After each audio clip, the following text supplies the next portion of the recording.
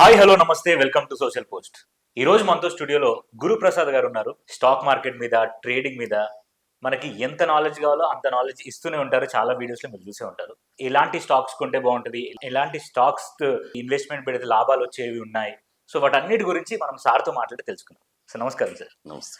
డెప్ట్ market and equity మార్కెట్కి ఉన్న difference ఏంటి సార్? సార్ డెప్ట్ మార్కెట్ వచ్చి అది మన బాండ్స్ అంటే గవర్నమెంట్ బాండ్స్ అయ్యి అది వచ్చి రిటర్న్స్ చాలా లో రిటర్న్స్లో ఉంటుంది. ఈక్విటీ మార్కెట్ వచ్చి మనకి రిటర్న్స్ వచ్చి ఎక్కువ వస్తాయి. ఓకే, ఈక్విటీ మార్కెట్ కాబట్టి మార్కెట్ వచ్చి ఇప్పుడు ఎట్లా అంటే నేనేమంటానంటే డిఫరెంట్ టైప్స్ ఆఫ్ అసెట్స్ని అలొకేట్ చేయాలి. కొంతమంది డెప్ట్ ఫండ్లో పెడతారు, ఆ తర్వాత ఈక్విటీలో కొద్దిగా పెడతారు, గోల్డ్లో కొద్దిగా పెడతారు, కొంతమంది రియల్ ఎస్టేట్లో పెడతారు. ఇలా డైవర్సిఫై చేస్తే స్టాక్ మార్కెట్ కూడా ఒక భాగం. ఇలా డైవర్సిఫై చేసి పెడితే మనకి అంటే నేను చెప్పేది ఓవర్గా పెద్ద బిజినెస్గా చేసే వాళ్ళకి ఒకే ఫండ్ మొత్తం స్టాక్ మార్కెట్లో పెట్టడం, మొత్తం ఒకే రియల్ ఎస్టేట్లో పెట్టడం, మొత్తం గోల్డ్లో పెట్టడం, ఇలా కాకుండా ఇలా డైవర్సిఫై చేస్తే బాగుంటుంది. ఓకే సార్, ఇప్పుడు ఇన్ఫ్లేషన్ ఉంది, ఇంట్రెస్ట్ రేట్ ఉంది, ఈ రెండింటిని రిలేట్ చేయాలంటే ఎలా అసలు ఎలా రిలేట్ అవుతాయి ఈ రెండు, inflation and interest rates? Sir ఇప్పుడు ఇన్ఫ్లేషన్ పెరిగిందంటే ఇంట్రెస్ట్ రేటు పెరుగుతుంది ఖచ్చితంగా.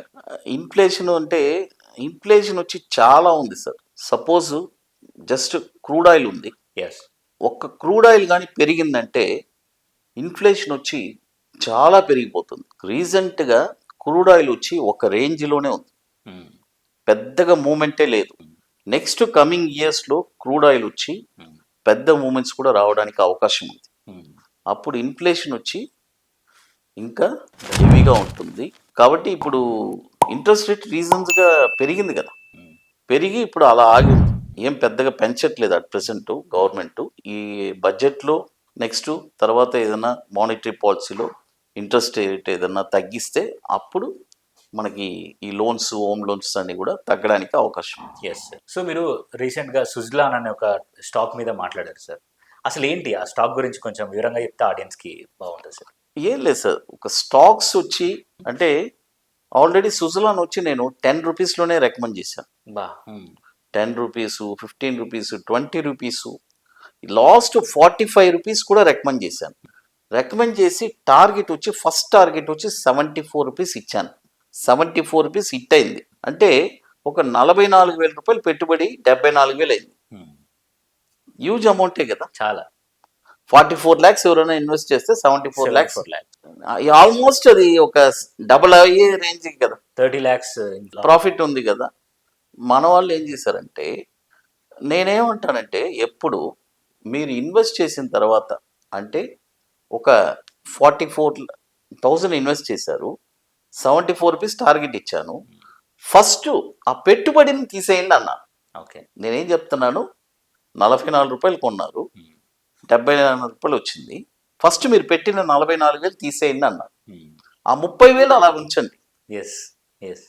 ఆ తర్వాత ఆ స్టాక్ మీకు ఎట్టపోయినా మీకు బాధ ఏముంది? ఉండదు, ఎందుకంటే మన పెట్టుబడి మన చేతికి వచ్చింది కదా. ఇక్కడ ఏం జరుగుతుంది, మన పెట్టుబడి లాభం వచ్చినా తీరు ఎంత ఇంకా లాభం కావాలంటే ఇప్పుడు మొదలకే మోసం ఉన్నట్టు ఇప్పుడు 44 రూపాయలు వచ్చినా అమ్మరు, మళ్ళీ సరే లాభం అయినా తీసుకొని వెళ్దామని మళ్ళీ 20 రూపాయలకి వస్తేనే అమ్ముతారు. ఇది స్టాక్ మార్కెట్. ఓకే, కాబట్టి నేనేం చెప్పానంటే సుజలాను రీసెంట్గా ఆల్రెడీ మనం అప్సైడ్ చెప్పేశాము, ఇప్పుడు 52 రూపాయలు బ్రేక్ అయితే 37 రూపాయలు వస్తుంది, అక్కడ కొనమని చెప్పాను మళ్ళీ. అది ఓకే సార్. అండ్ ఇంకొకటి ఏంటంటే సార్, ఇప్పుడు స్టూడెంట్స్ ఎవరైతే ఉంటారో తక్కువ నాలెడ్జ్తోనే వాళ్ళు ఏమనుకుంటారంటే బిట్ కాయిన్స్ మీద ఇన్వెస్ట్ చేద్దాం, ఈ కాయిన్స్ మీద అసలు నేను క్రిప్టో కరెన్సీ ఎంకరేజ్ చేయను. Okay, it's a purely gambling. Okay, so that's what I'm asking sir. So crypto currency అనేది ఎట్లా వర్క్ చేస్తుంది అసలు క్రిప్టో కరెన్సీ ఇంకా రెగ్యులేషనే చేయలే మన ఇండియాలో. It's not regulated.